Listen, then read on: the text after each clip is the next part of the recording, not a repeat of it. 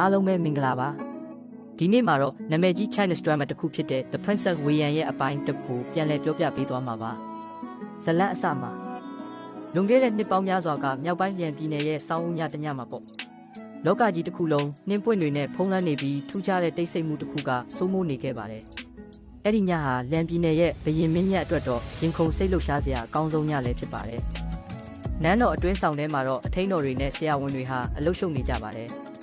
မင်းကြီးရဲ့ကျင်ရတော်ဟာတသမီယတနာကိုဖွားမြင်ဖို့အတွက်ပြင်းပြင်းထန်ထန်ကြိုးစားနေရတယ်လို့အပြင်ဘက်မှာတော့မင်းကြီးဟာစိုးရိမ်တကြီးနဲ့စောင့်မျှော်နေခဲ့ပါတယ်။အဲ့ဒီအချိန်မှာပဲကောင်းကင်ယံမှာထူးခြားတဲ့နမိတ်တွေပေါ်ပေါက်လာခဲ့ပါတယ်။ပညာရှိကြီးတွေရဲ့ဟောကိန်းရဆိုရင်ဒီနေ့ညမှာမွေးဖွားလာမယ့်ကလေးဟာဘေးအန္တရာယ်တွေကိုကျော်လွှားပြီးတိုင်းပြည်အတွက်ကံကောင်းခြင်းတွေတည်ဆောင်လာမဲ့သူလို့ဆိုကြပါတယ်။ခဏကြာမှာတော့နန်းတော်တစ်ခုလုံးကိုဟိန်းသွားစေတဲ့ကလေးငိုတန်လေးထွက်ပေါ်လာခဲ့ပါပြီ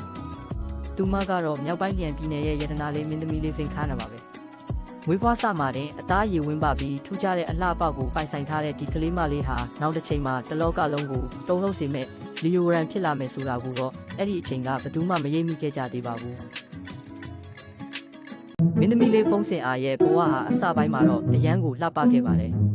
နန်းတော်ထဲမှာချေရတဲ့ခမဲတော်မေတော်တို့နဲ့အတူပျော်ရွှင်စရာကောင်းတဲ့ငယ်ဘဝကိုဖျက်ဆီးခဲ့ရတာပါ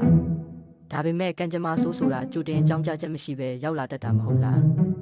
အာနာမတ်မောတဲ့စစ်သူကြီးချီယိုနန်ဟာလန်ပြည်နယ်ကိုဖျက်ဆီးပြီးနေမြေသိမ်းပိုက်ဖို့အတွက်ရုပ်မာတဲ့အကြံစီကြီးတစ်ခုကိုစတင်ခဲ့ပါတယ်။မင်းကြီးကိုတစ္ဆာဖောက်ဖြစ်ဆွဆွဲပြီးနန်းတော်ကြီးကိုအသွေးချောင်းစီအောင်လုပ်ဖို့ပြင်ဆင်လာပါတော့တယ်။အေဂျင့်လာတဲ့ညတညမှာပဲစစ်သူကြီးချီယိုနန်ရဲ့စစ်တပ်တွေဟာနန်းတော်ထဲကိုအလုံးအရင်းနဲ့ဝင်ရောက်စီးနင်းခဲ့ကြပါတယ်။ဓာတ်တန်တွေအော်ဟစ်တန်တွေနဲ့အတူနန်းတော်ကြီးဟာတခဏချင်းမှာပဲနေရဲကန်းတစ်ခုလိုဖြစ်သွားခဲ့ရတယ်။